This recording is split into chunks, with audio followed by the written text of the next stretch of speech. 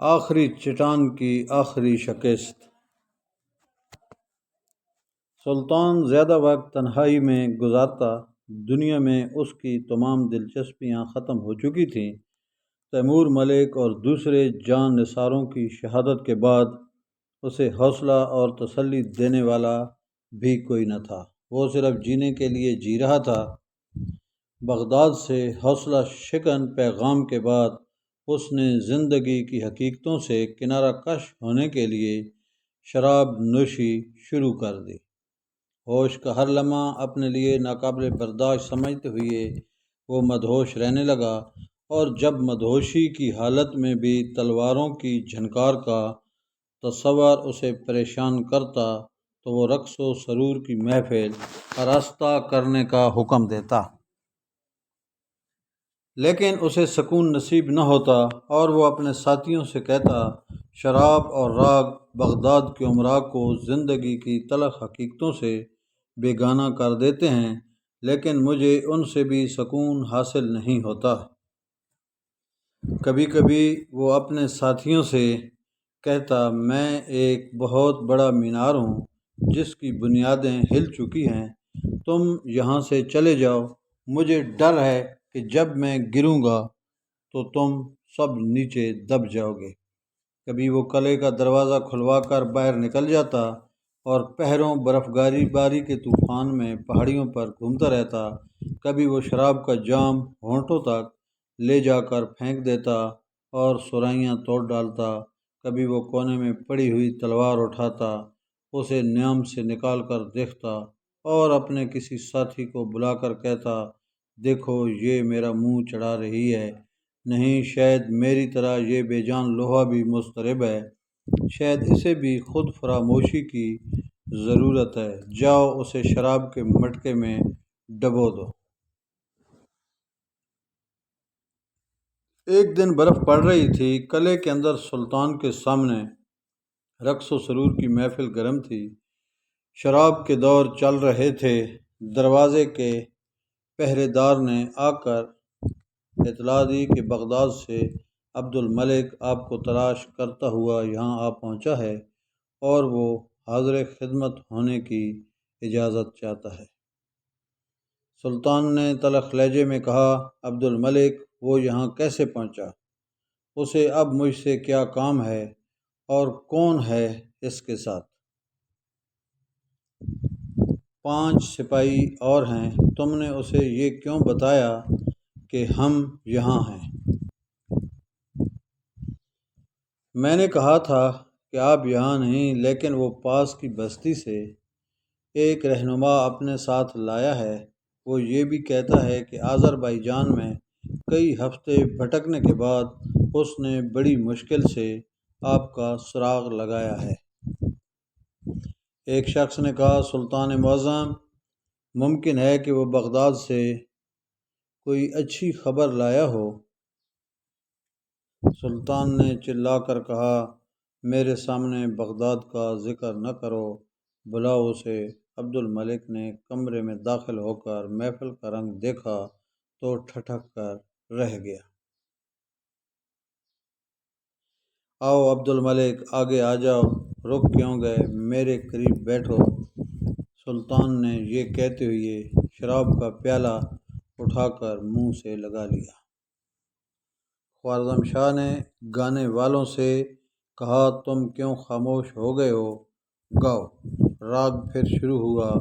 سلطان نے شراب کی سرائی سے پھر پیالہ بھرا اور چند گھونٹ پینے کے بعد اپنے سامنے رکھتے ہوئے کہا، عبد الملک، میں سمجھتا تھا کہ یہ مقام زندگی کی نگاہوں سے بہت دور ہے، مجھے امید تھی کہ یہاں تک میرا پیچھا کوئی نہیں کرے گا، لیکن اب مجھے ٹھکانہ بھی بدلنا پڑے گا۔ تم بغداد کی افواج کہاں چھوڑ آئے؟ تم نے یہاں آ کر ان باتوں کی یاد تازہ کر دی جنہیں میں بھول جانا چاہتا تھا۔ سلطان نے پھر شراب کا پیالہ اٹھا لیا، لیکن عبد الملک نے اس کے ہاتھ سے پیالہ چھین کر دور پھینک دیا اور خنجر نکال کر سلطان جلال الدین کو پیش کرتے ہوئے کہا، سلطان معظم، میں نے شاید گستاخی کی ہے، یہ لیجئے مجھے اپنے ہاتھ سے موت کے گھاٹ اتار دیجئے، میں یہ نہیں دیکھ سکتا، میری آنکھیں نکال دیجئے۔ راگ بند ہو چکا تھا اور محفل میں سناٹا چھا رہا تھا۔ سلطان نے غیر متوقع اطمینان کے ساتھ عبد الملک کی طرف دیکھا اور سرائی اٹھا کر اس کی طرف بڑھاتے ہوئے کہا، یہ لو، اسے بھی توڑ ڈالو، میں خود کئی مرتبہ انہیں توڑ چکا ہوں، ایسی چیزیں ٹوٹنے سے ختم نہیں ہوتیں، یہ مٹی کے ٹھیکرے ہیں جو ایک بار ٹوٹنے کے بعد دوبارہ جڑ سکتے ہیں، اور اگر نہ جڑ سکیں تو نئے بنائے جا سکتے ہیں، یہ انسان کا دل نہیں جو ایک بار ٹوٹنے کے بعد ہمیشہ کے لیے ناکارہ ہو چکا ہے۔ عبد الملک کی پریشانی اور تذبذب پر سلطان جلال الدین نے صراحی دیوار کے ساتھ دے ماری۔ عبد الملک نے آبدیدہ ہو کر کہا، سلطان معظم، میں نے اپنی زندگی میں صرف ایک آدمی دیکھا تھا جو مایوس ہونا نہیں جانتا تھا، لیکن آج… جلال الدین نے کہا، وہ انسان جسے تم جلال الدین خوارزم شاہ کے نام سے جانتے تھے مر چکا ہے، اس وقت تم اس کی لاش سے باتیں کر رہے ہو۔ ہاں، یہ بتاؤ تم یہاں کس طرح پہنچے؟ میں بغداد سے رضاکاروں کی ایک جماعت لے کر آیا تھا اور… سلطان نے بات کاٹتے ہوئے کہا، کتنے رضاکاروں کی جماعت؟ میرے ساتھ 5000 آدمی روانہ ہوئے تھے۔ تم نے غلطی کی، میں نے تمہیں منع کیا تھا۔ آپ کا پیغام مجھے اس وقت ملا جب میں بغداد سے ایک منزل آگے آ چکا تھا اور آپ کا حکم سن کر 3000 سپاہی واپس چلے گئے۔ اور سلطان نے پھر بات کاٹتے ہوئے کہا، اور باقی 2000 یقیناً کسی مقام پر تاتاریوں کے نرغے میں آ گئے ہوں گے۔ عبد الملک نے مغموم لہجے میں جواب دیا، ہاں، تبریز اور ہمدان کے درمیان ہمیں ان کے چند دستوں نے گھیر لیا۔ کتنے سپاہی زندہ بچے؟ کوئی 200، کیونکہ تبریز پہنچ کر آپ کا پتہ نہ ملا، اس لیے 5 کے سوا باقی سب مایوس ہو کر چلے گئے، اور ان 5 کے ساتھ قریباً 2 ماہ آپ کو ان پہاڑوں میں تلاش کرنے کے بعد میں یہاں پہنچا ہوں۔ جلال الدین نے کہا، تم نے اتنی جانیں بے فائدہ ضائع کیں۔ میں اپنی غلطی تسلیم کرتا ہوں، مجھے کردستان سے چکر کاٹ کر آنا چاہیے تھا، لیکن کیا آپ یہ تسلیم نہیں کرتے کہ آپ کے اعتراف شکست کے بعد ان لاکھوں انسانوں کی قربانی رائے گاں جائے گی جو آخری فتح کی امید پر آپ کا ساتھ دیتے رہے؟ سلطان نے جواب دیا، تو تم یہ چاہتے ہو کہ جب تک میں زندہ رہوں تھوڑے تھوڑے مسلمان جمع کر کے موت کے منہ میں دھکیلتا رہوں؟ میں آج تک اس امید پر لڑتا رہا کہ کبھی تو عالم اسلام بیدار ہوگا، میں انہیں تیاری کے لیے وقت دینا چاہتا تھا اور میں نے اپنا فرض پورا کیا۔ انہوں نے مراکش سے لے کر ہندوستان تک میرے پاس تسلی کے پیغامات بھیجے، لیکن اس کا نتیجہ کیا ہوا؟ میں اب اٹھوں تو کس سہارے پر؟ لڑوں تو کس امید پر؟ تم اس قوم سے کیا توقع رکھتے ہو جس کے امراء ملت فروش ہوں، جس کے علماء میں ایک ایسی جماعت پیدا ہو چکی ہو جو برسر منبر تاتاریوں کی غلامی کا فتویٰ دیتی ہو، جس کے سپاہیوں کی تلوار کا لوہا دشمن کی آنچ سے ڈھل چکا ہو، اور جس کا خلیفہ… میں اس کا ذکر بھی نہیں کرنا چاہتا، یہ سب کچھ خلیفہ کی وجہ سے ہوا، لیکن خلیفہ کی بدعہدی کے بعد خدا کی رحمت کے دروازے بند نہیں ہوئے، آپ پر ہندوستان نہیں تو مصر اور مراکش کے دروازے آپ کے لیے کھلے ہوں گے۔ ہم تاتاریوں سے شمال کے برفانی علاقوں کی شکست کا بدلہ افریقہ کے تپتے ہوئے صحراؤں میں لے سکیں گے۔ شاید ابھی تک خدا کی رحمت کے نزول کا وقت نہیں آیا، لیکن ہم اس وقت تک لڑیں گے جب تک خدا کی رحمت جوش میں نہیں آتی۔ فرض کیجئے کہ تاتاریوں کو ترکستان سے نکالنا آپ کے مقدر میں نہیں، لیکن یہ تو آپ کے بس میں ہے کہ سلطان اور سپہ سالار کی بجائے ایک سپاہی کی حیثیت سے اپنی خدمات کسی اور سلطنت کو سونپ دیں۔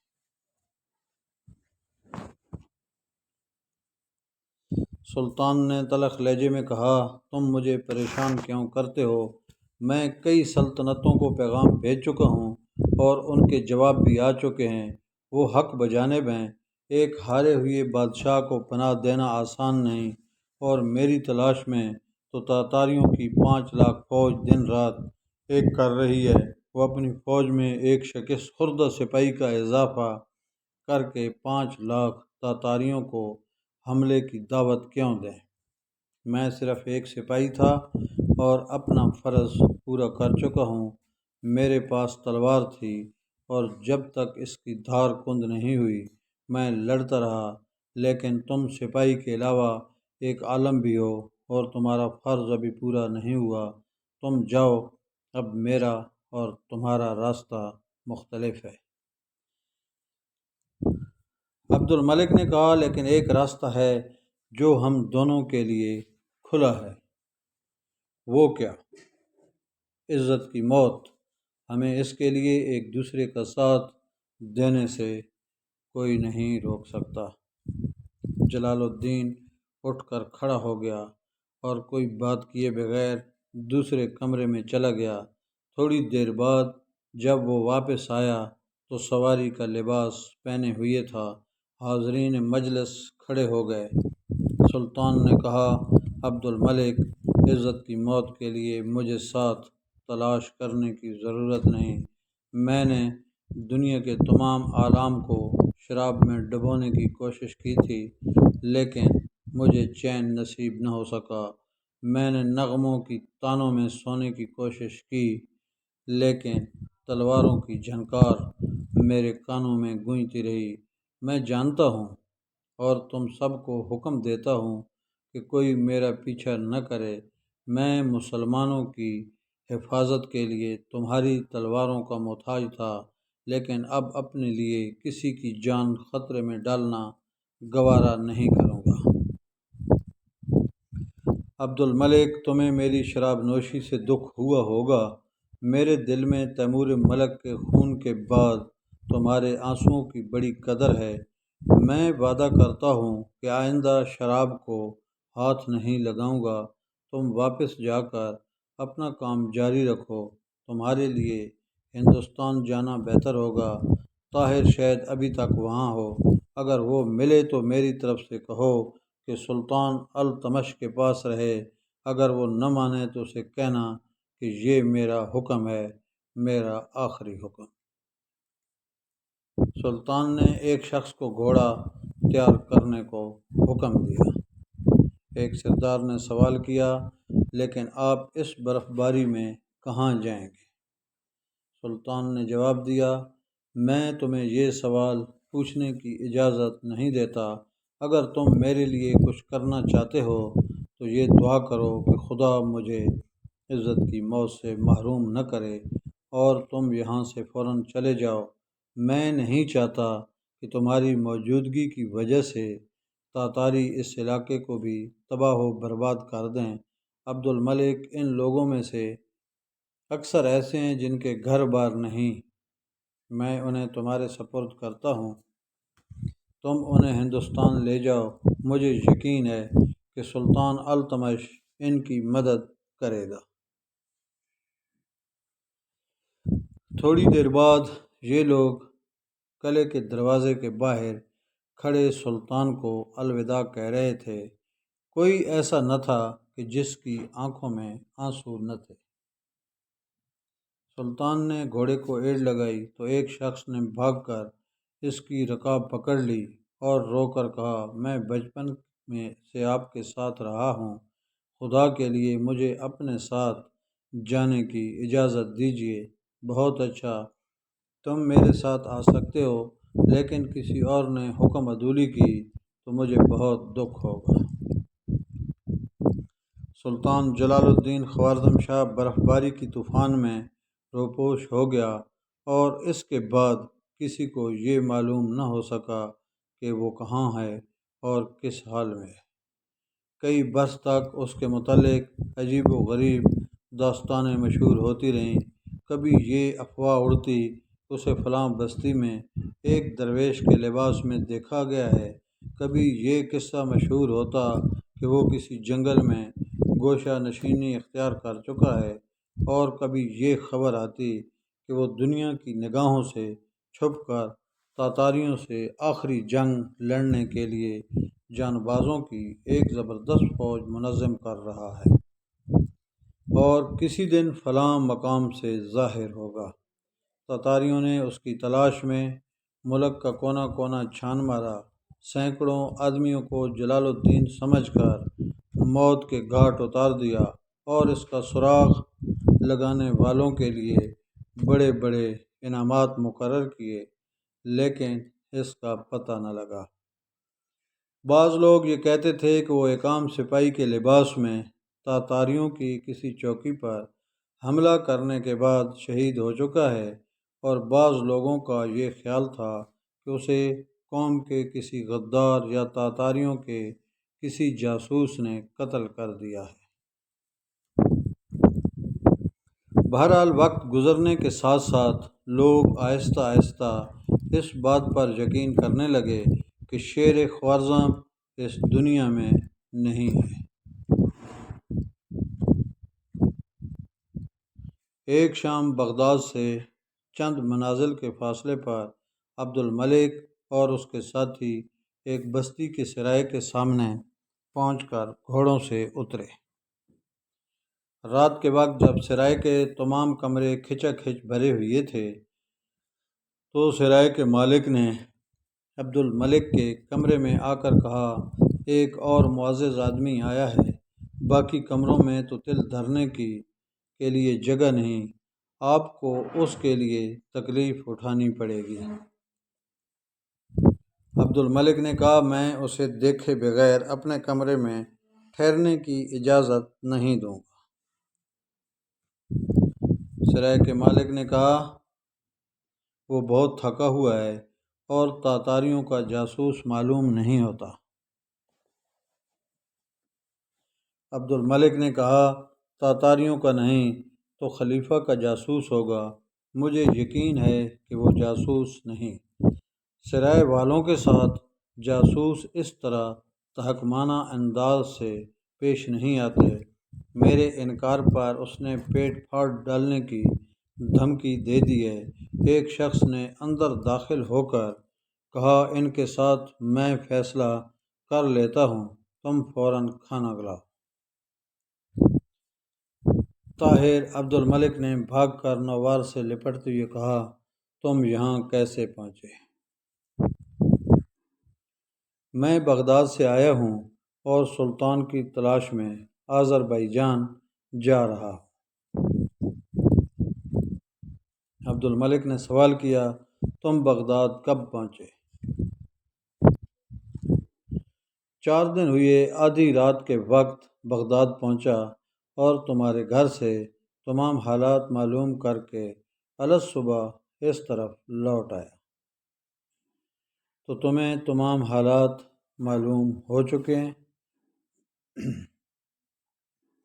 طاہر نے مایوسی کے لہجے میں جواب دیا، ہاں۔ عبد الملک نے کہا، تم نے یہاں پہنچنے میں بہت دیر لگائی؟ طاہر نے جواب دیا، مجھے سلطان التمش نے بنگال کی ایک مہم پر بھیج دیا تھا، تمہارا قاصد مجھے دیر سے ملا، تمہاری بیوی کہاں ہے؟ اسے دہلی چھوڑ آیا ہوں، یہ سفر بہت کٹھن تھا۔ بغداد سے مجھے یہ بھی پتہ چلا کہ تم پر تاتاریوں نے راستے میں حملہ کر دیا تھا، مجھے تمہارے متعلق بڑی تشویش تھی، اب تم کدھر جا رہے ہو؟ میں صرف بچوں کو لینے بغداد جا رہا ہوں اور اس کے بعد ہندوستان جانے کا ارادہ ہے۔ سلطان جلال الدین نے سلطان التمش کے نام کوئی پیغام دیا ہے؟ نہیں۔ طائر کے چند سوالات کے جواب میں عبد الملک نے اپنی سرگزشت بیان کی۔ طاہر دیر تک چپ چاپ بیٹھا رہا۔ سرائے کے مالک نے کھانا لا کر اس کے سامنے رکھ دیا، مگر اس کی بھوک مر چکی تھی۔ عبد الملک نے کہا، میں ان لوگوں کو اپنے ساتھ بغداد لے جانا مناسب نہیں سمجھتا۔ میرا ارادہ تھا کہ انہیں سرائے میں ٹھہرا کر بغداد سے بچوں کو یہاں لے آؤں اور پھر ہندوستان کا رخ کروں۔ اب تم آ گئے ہو اور مجھ سے بہتر سوچ سکتے ہو۔ طاہر نے کہا، اگر ہم سلطان کو تلاش کر کے ہندوستان لے جانے پر آمادہ کر سکیں تو مجھے یقین ہے کہ اب سلطان التمش کو کوئی اعتراض نہیں ہوگا۔ جلال الدین کا پیغام جانے پر وہ تاتاریوں کے خلاف اعلان جنگ کے لیے تیار ہو گئے تھے۔ لیکن خوارزم شاہ کو اول تو ڈھونڈنا آسان نہیں، اور اگر ہم انہیں تلاش کرنے میں کامیاب بھی ہو گئے تو وہ ہندوستان جانے پر آمادہ نہیں ہوں گے۔ ایک گری ہوئی دیوار دوبارہ استوار کی جا سکتی ہے، گرے ہوئے پہاڑ کو دوبارہ کھڑا نہیں کیا جا سکتا۔ طاہر نے کچھ دیر سوچنے کے بعد کہا، بہت اچھا، تم اپنے ساتھیوں کو یہاں چھوڑ دو، لیکن میں تمہارے ساتھ ضرور جاؤں گا۔ تمہاری مرضی، لیکن وہاں بجھی ہوئی راکھ میں پھونکے مارنے سے کچھ حاصل نہ ہوگا۔ اب تو وہاں ایسے علماء بھی پیدا ہو چکے ہیں جو تاتاریوں کو ذل اللہ اولی الامر کہتے ہیں۔ میں وہاں اپنا آخری فرض پورا کرنا چاہتا ہوں۔ وہ کیا؟ میں عوام کو بتانا چاہتا ہوں کہ بغداد کی تباہی آنے والی ہے۔ اگر وہ آنے والے طوفان کا مقابلہ کرنے کے لیے تیار نہ ہوئے تو میں انہیں کہوں گا کہ وہ اپنے لیے کوئی اور جائے پناہ تلاش کر لیں۔ خلیفہ سے یہ کہنا چاہتا ہوں کہ اسے کم از کم اپنے۔ تو دوستو، یہ جاری ہے، ویڈیو کو لائک